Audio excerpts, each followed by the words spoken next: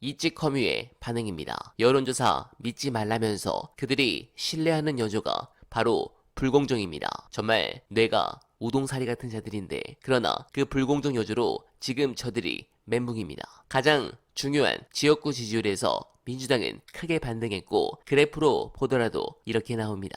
그래서 지금 이직 커뮤에서는 이 그래프를 제외한 이것만 올리는데, 이것도 조국 혁신당 지지율을 뺀 그래프입니다. 마치 어제 채널A가 지지율이 딱 붙었다며 조국 혁신당 지지율을 뺀 것과 같습니다. 아니, 이런 식으로 여조를 판단하고 분석하니 엑스포에서 그렇게 사우디에 털린 거 아닙니까? 웃기지도 않은데, 심지어 이 불공정이 오늘 조사한 개별 지역구 여조를 보더라도 이렇게 압도적으로 민주당 후보들이 높게 나오면서 이직들은 현재 멘탈이 나갔습니다. 특히 김준혁 후보의 경우 최근 그렇게 공격을 많이 받았는데 놀라운 수치입니다. 이런 부분을 보면 정권 심판론 열기가 심상치 않습니다. 통상적 바람 수준을 넘어 초대형 태풍이 돼 총선판을 휩쓰는 게 아니냐는 관측이 나옵니다. 윤석열 정권의 유례없는 무능과 전횡을 2년 동안 참고 참아온 다수 유권자의 심판 민심이 일거에 화산 폭발하듯 대분출할 수 있다는 겁니다. 태풍, 화산 분출 같은 비유가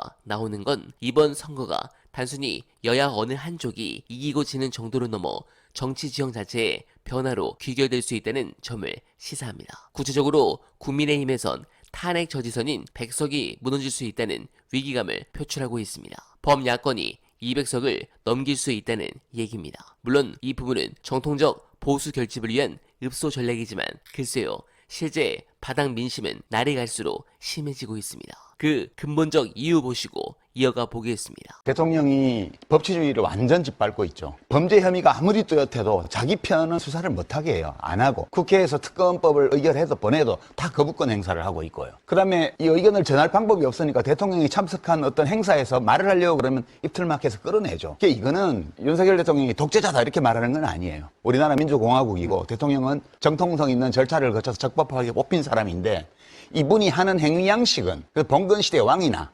혹은 독재 정권의 권력자가 하는 거랑 거의 비슷합니다. 그래서 이런 요소들이 모두 합쳐져서 지금 저기 반영되는 거기 때문에 이번 선거는 일일이 세부적으로 무슨 경제 지표 중에 하나가 무엇 때문인지를 따지는 걸 넘어서서 총체적으로 보면 우리나라 진짜 큰일 났다. 뭔가 확실한 조처를 취하지 않고는 이 정부 손에 맡겨놨다가는 일 날 것 같다. 이런 두려움의 감정이 지금 저는 지배하고 있다고 봐요. 네, 공감합니다. 이렇게 쌓이고 쌓여 결국 모든 데이터는 민주당의 대승을 예측하고 있습니다. 사실 예전에는 유리하면 유리한 걸 안 드러내려고 그랬습니다. 그럼 반대쪽이 뭉치기 때문이죠. 근데 이번에는 좀 다른 것 같습니다. 어느 효과가 큰지 모르겠습니다. 이게 잘못하면 탄핵 당하겠다, 뭉치자, 더 나가자, 이것과 진짜 탄핵될 것 같아, 아주 날려버리자, 이렇게 하는 쪽과 어느 쪽이 더 셀지 모릅니다. 저는 그런 부분에서 지지자가 고개를 숙여야 한다, 스피커도 숙여라,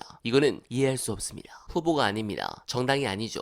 민주당은 당연 단독 과반도 어렵고 엄중한 상황이라며 긴장하는 게 당연합니다. 그러나 지지층은 우리는 이길 수 있다는 확신과 충만한 사기로 투표장에 뛰어나갈 때 승리할 수 있습니다. 저쪽과 다르게 여조가 불리하고 패배 분위기가 유력하면 민주지형의 약 지지층은 투표장에 안 나가면서 선거를 진 게 한두 번이 아닙니다. 그런 의미에서 투표율만 나오면 99.9% 대승이라는 것을 꼭 믿어주시고 사전투표 때 전부 투표를 해주시길 부탁드리면서 어네바는 오늘도 최선을 다하겠습니다. 여러분 고맙습니다.